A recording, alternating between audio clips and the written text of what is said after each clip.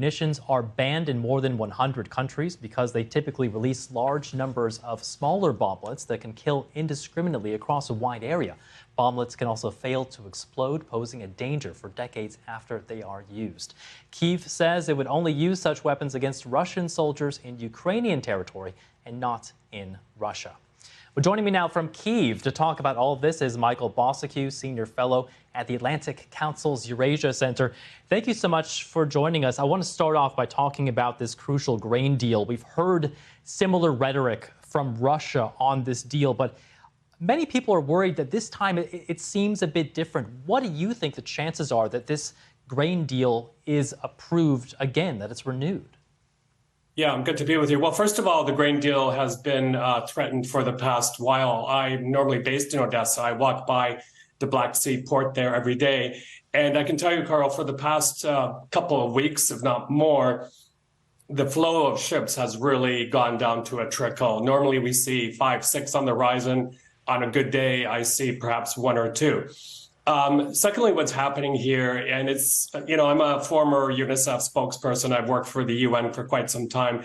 It's really sad to see what is happening out there. Is basically the UN is buckled under pressure from Russia to keep this deal alive. And the way they're going to be doing that, reportedly, is by lifting some of the sanctions on Russian banks. This is essentially, at the end of the day, awarding the blackmailer for weaponizing food.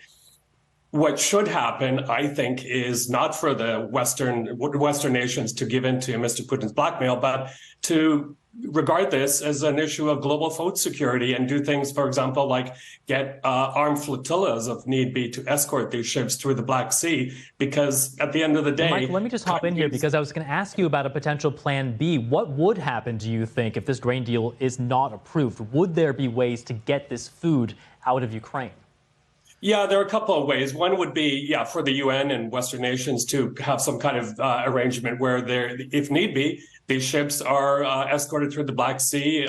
These are international waters with an armed flotilla. The other thing that can happen, and it's already happening to a smaller extent, is other water arteries, Danube River, other rivers can be used to ship grain to world markets. And thirdly, neighboring countries like Poland have to move a lot quicker to loosen the kilometers-long lines of lorries exporting foodstuffs out of Ukraine. So a number of things that can be done there.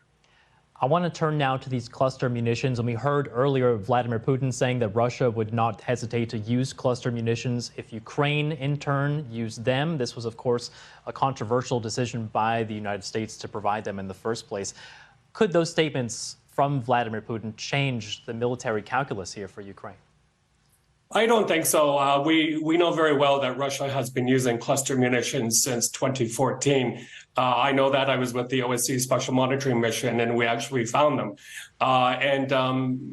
Ukraine has been using them as well. And just about 24 hours ago, 2 children near Kherson were badly injured from these cluster bombs. So they are in use, but it's a sad development to see that a banned weapon is being provided by the West to Ukraine. I know Ukraine needs ammunition very, very badly, but had the West moved earlier to supply Ukraine with what it needs, we wouldn't be in this position. You're currently in Kyiv. You've been in Ukraine many times throughout the past weeks and months. What's the discussion like there when it comes to the counteroffensive, which, from all the signs we've been seeing, has not been progressing as quickly as Ukraine would have hoped?